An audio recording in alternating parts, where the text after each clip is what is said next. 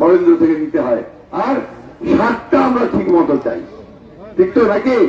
তাছাড়া তো তোমরা কহেন না ভাই, মুখ বন্ধ করে থাকলে কারণ দিবে তোমার।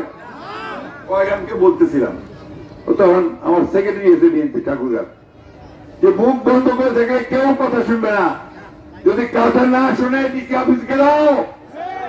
আমি বলতেছি আপনাদেরকে, কৃষকের দাবিতে, সারের দাবিতে আমার দরকার অনেক ডিসি অফিস ঘেরাও করে দিলে।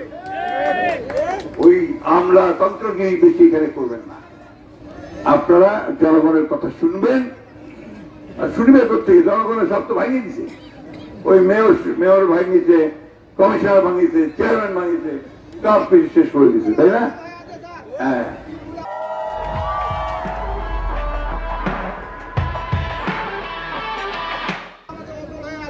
ডিপ করে যে অচল হয়েছে বলবেন, আমরা বরেন্দ্রকে বলে সব চালু করবো, আমরা করবো।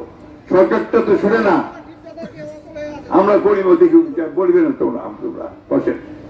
তোমার অনেক বেশি আপনারা জানি খুব কষ্ট পাচ্ছেন, মুক্তিটা এখানে বেশ করে দিব না। তা আমি আমার এই বয়সে, এখন আমার প্রায় ৭৮ বছর বয়স, আমরা আসছি যে এবার আপনাদের কাছে আমরা আল্লাহর অশেষ রহমত হলে সেই সুযোগটুকু আমরা আপনাদের কাছে চাই। আল্লাহ নিশ্চয়ই এতদিন আমাদের সাহায্য করেছে, আরো সাহায্য করবেন। আমরা সঠিক সিদ্ধান্ত নিতে পারবো, সেই সিদ্ধান্ত আমাদেরকে নিতে হবে। আমাদেরকে গণতন্ত্রের জন্য আমরা প্রাণ দিয়েছি, ত্যাগ স্বীকার করেছি, সেই গণতন্ত্রকে যে আমরা প্রতিষ্ঠা করতে পারি, সেই আহ্বান আমি সকলের কাছে জানাবো।